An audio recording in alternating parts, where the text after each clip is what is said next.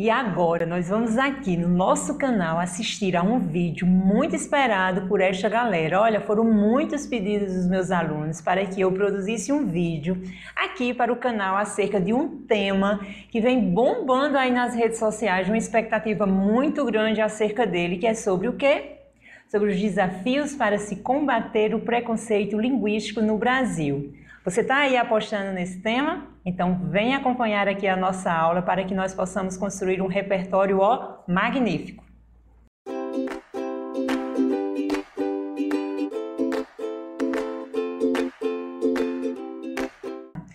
Gente, na verdade eu nem acredito tanto que vai ser este tema, porque ele está muito em evidência. O INEP vem publicando na página do Instagram uma sequência de postagem acerca das variações linguísticas que ocorrem no Brasil, as variações regionais, geográfica.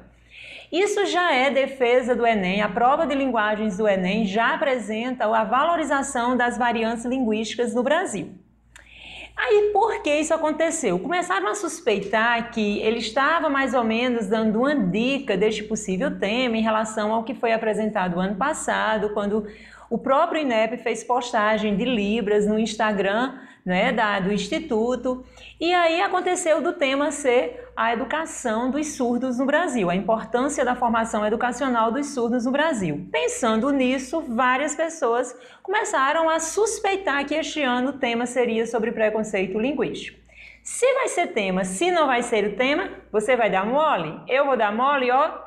De jeito algum, nós estamos aqui para preparar você e para que você possa ir bem tranquilo para esta prova. Então vale a pena mesmo saber um pouco sobre essa questão do preconceito linguístico no Brasil, como isso afeta as pessoas e por que isso é uma violação aos direitos humanos, ao direito do falar do nosso povo brasileiro. Tudo bem? Então vamos prestar atenção a este vídeo para que você possa ir bem preparado para esta prova do Enem.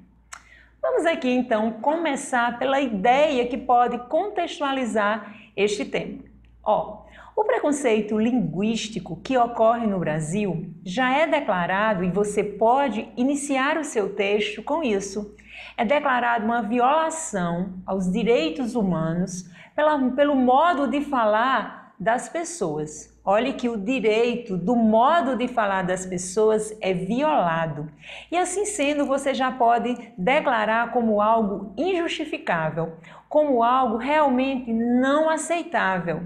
E isso afeta muito as pessoas, isso causa deboche, preconceito, compromete o ser humano diante de uma ação comunicativa.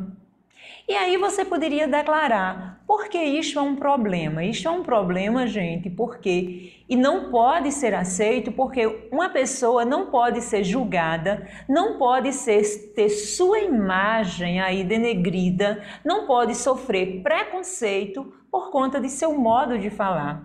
E esse modo de falar é muito contextual no Brasil. Então a gente pensou inicialmente acerca disso. Vamos aqui na sequência do vídeo imaginar o seguinte. Eu afirmei anteriormente que o preconceito linguístico é uma violação no direito de se expressar, neste básico direito humano que é o direito à fala. As pessoas não podem de modo algum ter esse direito violado e as pessoas não podem de modo algum, preste bem atenção, sofrer preconceito, humilhação, ser ironizada, inferiorizada porque não falam de acordo com um prestígio social. E o que é esse prestígio social? Vamos aqui pensar nesse prestígio social, que eu posso já declarar na minha introdução. No Brasil, o prestígio social ele está num contexto de duas referências dentro do preconceito linguístico. A questão geográfica e a questão social, a questão da escolarização. Então, isso eu já posso anunciar em que parte do meu texto? Na introdução. No desenvolvimento, no meu texto, são 2 parágrafos que eu sugiro aqui para vocês. Você pode construir 2 parágrafos que apresentam detalhamento deste problema no que diz respeito a 2 situações. Ocorre preconceito linguístico na questão geográfica e ocorre preconceito linguístico na questão social. Veja só essa dica de como você pode desenvolver este parágrafo no que diz respeito à questão geográfica. Eu sou nordestina, sou aqui da Paraíba e é sabido que nós nordestinos sofremos muito preconceito linguístico por conta do modo da gente falar, como se não fosse um prestígio social, como se não estivesse dentro de um contexto aqui de valorização. Talvez isso, e o próprio Marcos Baino diz, que é referência em preconceito linguístico aqui no estudo de nossa linguagem, que isso esteja ligado a um fator econômico, né? É sabido que o Nordeste tem esse problema de economia, tem um problema que está abaixo de outras regiões, a exemplo do Sudeste. Talvez isso esteja agregado à desvalorização do nosso modo, a nossa cultura, o nosso modo de ser, o nosso modo de falar. Talvez seja. O fato é que os nordestinos e os nortistas muito sofrem com relação a este sotaque, que é bem variável na Bahia, na Paraíba, em Pernambuco, no Ceará. Não é só no Nordeste como um todo. Dentro do Nordeste, dentro de todos os estados, e ainda digo, dentro de cada estado ainda há uma variante.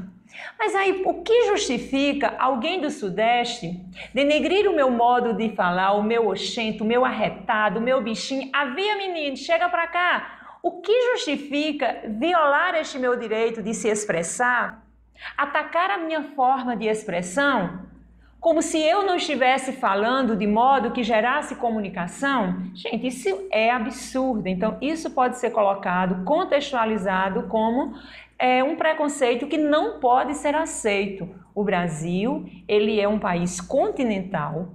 São 5 regiões, existe uma diversidade cultural muito grande, uma construção aí que nós temos, que vem de várias etnias, de vários povos, então é injustificável que o Brasil fale de um modo só. E mais injustificável ainda que as pessoas elejam aí um determinado modo de falar, colocando este com uma superioridade em relação aos demais. Isso não pode acontecer. Falamos de modo diferente. Você aí que está no Rio Grande do Sul, você aí que está no Sudeste, vocês também falam bonito, mas vocês falam de modo diferente. O nosso falar aqui do Nordeste, é muito bacana, é arretado, por que não dizer?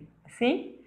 Mas até me empolguei, né? Quando se fala do Nordeste, fazer o quê? Mas dando continuidade, vamos para um outro contexto muito sério, que é a questão social. E aí não é uma questão geográfica.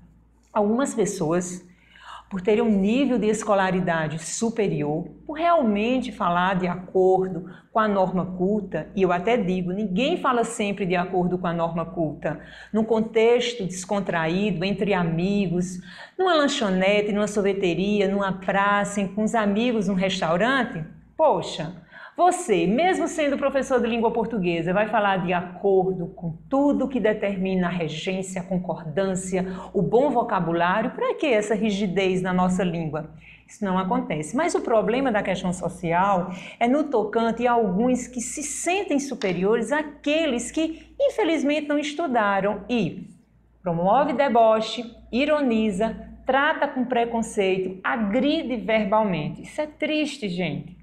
Lembra aí do caso daquele médico em São Paulo que debochou de um paciente não escolarizado por questões dele, por questões que realmente não fizeram com que esta pessoa, esse mecânico, se eu não estou enganada, estudasse. Ele falou pneumonia e o médico achou por direito de usar essa informação, que deveria ser sigilo médico, diante do contexto que ele estava nas redes sociais. Pelo amor de Deus, isso foi muito infeliz, muito cruel. O rapaz não tinha escolarização, falou errado, mas eu tenho certeza que esse médico entendeu e a comunicação aconteceu. Por ele ser médico, ter um nível superior aí, uma linguagem técnica, uma linguagem de acordo com a norma, não dá o direito a ninguém de agir de modo cruel, inferiorizando o outro que não estudou e que, por vezes,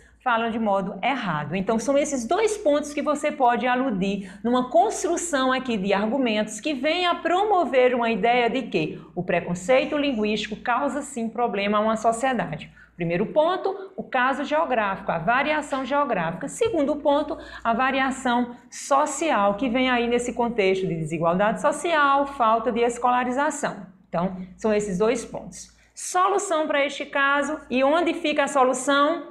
Na conclusão.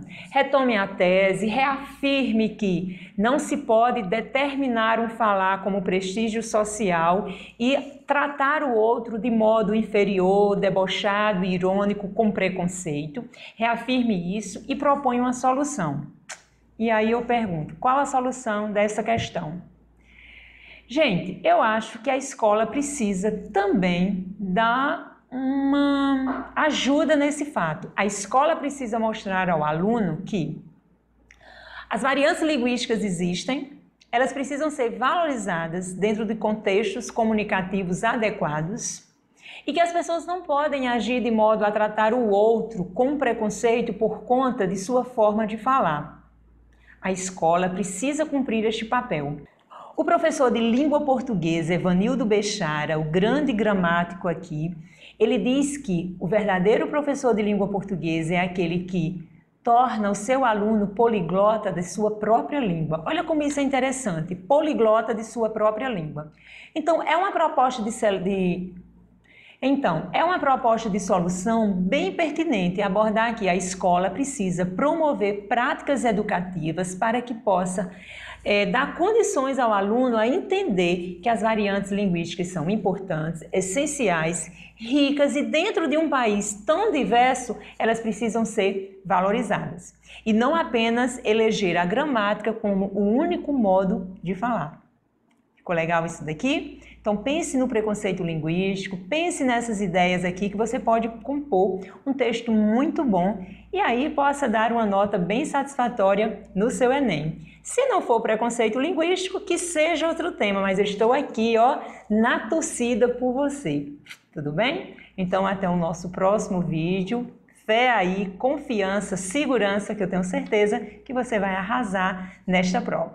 Ok? Então não deixe de curtir o nosso vídeo. Se precisar, assista novamente, indica para os seus amigos e corre para cá para se inscrever aqui no nosso canal.